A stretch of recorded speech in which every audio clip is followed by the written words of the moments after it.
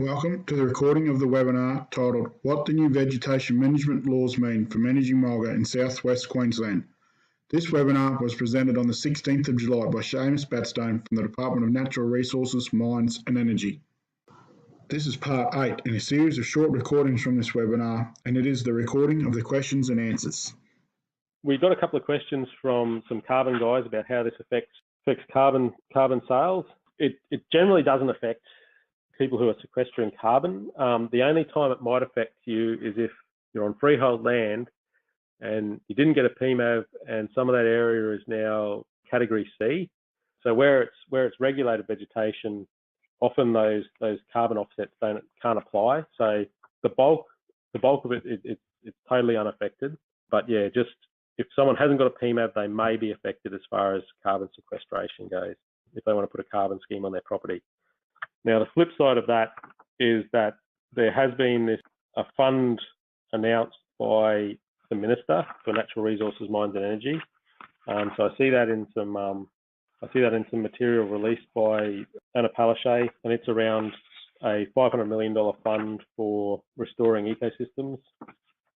So restoring and revegetating degraded grazing land, provide income and diversification for farmers.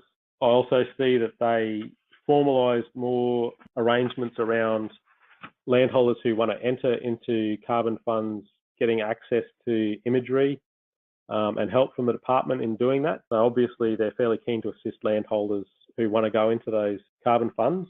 Yeah, I noticed that they've more formalised that sort of arrangement where you can definitely get help from us around your imagery, air photos, historic clearing permits, all those sort of things that you might need for that. By all means, give us a ring and we'll give you a hand. It refers to the maps as part of the property report. Are these maps hard copies or do you provide shapefiles?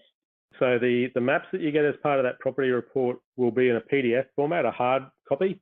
If you want shapefiles, there's a number of ways to do that. And I think the first option, if you're really not sure what you're doing, is give that 135 Veg a call, because we do actually supply quite a lot of KMLs and shapefiles through that. There's a number of ways to get hold of the shapefiles. You can actually access it through the Queensland Business Portal. There's shapefiles for all of Queensland, but if you're just after your map, I think the first option is to talk to someone like South West NRM, AgForce or us, and we can get you a copy in a soft format in a shapefile or a KML. What imagery can we access as a landholder that is current? Can we use the same as you that is updated every 16 days? Yeah, absolutely. So you can get onto a website called Landsat Look Viewer, and that will actually get you the latest Landsat images. The other one that Emma pointed out to me the other day was that Planet Labs actually has a free website where you can look at it too. And I think we put that on the handout. I'm not sure if Landsat Look Viewer is on the handout, but just type it into Google and you'll get access to that Landsat imagery. So Planet has a 14-day free trial too, so you can look at your sort of daily images, which is interesting. Yeah, you definitely have access to that. If you go into just the new Queensland Globe, it should be, in most cases, the latest Earth Eye imagery. Can we still cut mulga for fodder with a chainsaw without notification? Yeah, lopping has always been, under the Vegetation Management Act, hasn't been defined as clearing. So if you're just cutting branches off the trees, it's actually not clearing, and the Veg Act doesn't cover it. So yeah, you can get in and lop without getting any sort of permit. The only thing to be aware of is if you're on a road, if you're a drover or something like that, if you've got a permit, you just got to make sure you've got a permit to be there. If you've got a permit to traverse the road or move stock along it, as long as you've got the authorization to be there, you can lop mulga trees along a road or a stock route. Definitely on your own property, if you just want to lop mulga trees or really any sort of trees to feed stock, as long as you're not killing the tree, you can do that. If you're cutting the tree down, if you're in category X, you don't need any sort of permit, but if you're in category B or category C, you'll need to do a notification. Does the department offer regulated veg maps for multiple lot plans for one property? You probably have to download each lot on plan individually through that property report. But one thing you could try doing is getting onto that Queensland Globe, so with that link, and you can actually make your own map in that. So if you have a play around with that, you'll be able to get your whole property onto one regulated veg map and sort of download it yourself. But if you're going through the property report, you have to do them each lot individually. But what I often do with landholders at the counter is we'll zoom in on the area of their property, so multiple lots on Queensland Globe, and we'll create a map. You can actually create a property map in that website. So give that a go. Can you place 20 fodder permits of 500 hectares on one visit to your office over one lot on plan? Not on one lot on plan. So that 500 hectares applies to each lot on plan. So if you've got 20 lot on plans, you can definitely do that at the counter. We've got a guy here who's a gun. He'd be able to do that in about 20 minutes. But yeah, you've got to do them individually. So you've got to do your 500 hectare ones individually. We have got one landholder who's got about 12 normal sized properties for out here, and he's actually going through the permit process because he's terrible at paperwork, and he just wants to get a permit in place. So he's paid for a permit. All his properties will be covered by that permit. So he can actually still go through the permit system. But most landholders, we've talked to, the 500 hectares is fine for a couple of months. I don't mind. What are the rules for harvesting acacia timber from freehold country veg zones? Yep. Okay, so if you get onto one of the links, there will be to the self-assessable codes. Now, there's a self-assessable code for forest harvesting, so harvesting or forest practices on freehold land. And in there, you'll see there's a little section on speciality timbers. So you get into the guides for self-assessable codes, accepted development vegetation clearing codes website. There's a link on the handout. If you go down, managing a native forest practice, so you click on that link and that'll take you to a code. And in there, just off the top of my head, I think for speciality western timbers, those acacias, so you have Gidgee and Mulga, you'll see it says you can take out 5 trees per hectare, averaged over any 10 hectare area. So once again, you notify.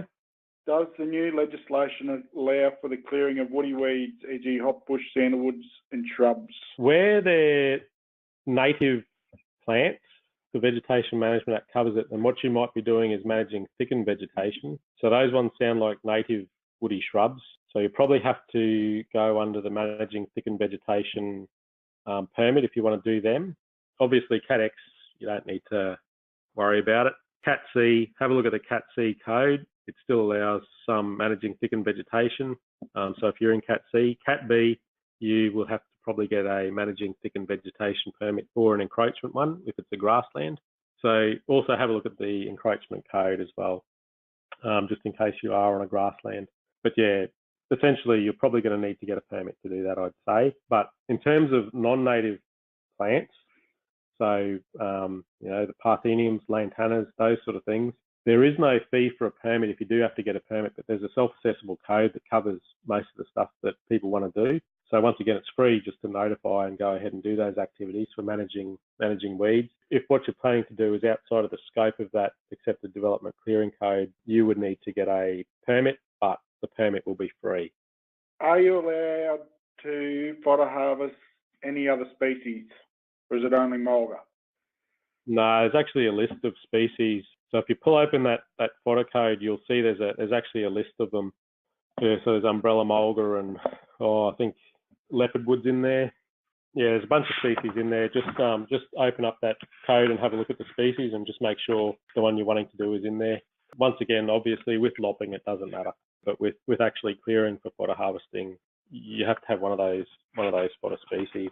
There is a list of them there, so just have a look at that. Mulga's the main one, obviously. Residual herbicides such as Tibuthurum applied by helicopter along fence line regrowth. Is this allowed on Category B remnant veg, or do you only support mechanical clearing along fence lines? So the Veg Act, the regulation which allows you to do some clearing for fence line says you can clear up to 10 metres for a fence line. I would be very hesitant to use any sort of residual root absorbed herbicide. I think that you'd be hard pressed to keep it within the 10 metres. So where it doesn't really stipulate it, how you do that clearing, that 10 metre wide clearing, I think you'd be dicing with it a bit using something like that. Especially, like you don't know when you're going to get a storm, hopefully soon. that could wash it down and cause you all sorts of problems. So you could be in trouble if you use a helicopter to apply a root-absorbed herbicide, root-absorbed residual herbicide. I think that'd be risky. Thank you for watching this part of the recording of the webinar of what the new vegetation management laws mean for managing mulga in South West Queensland, which was recorded on the 16th of July 2018.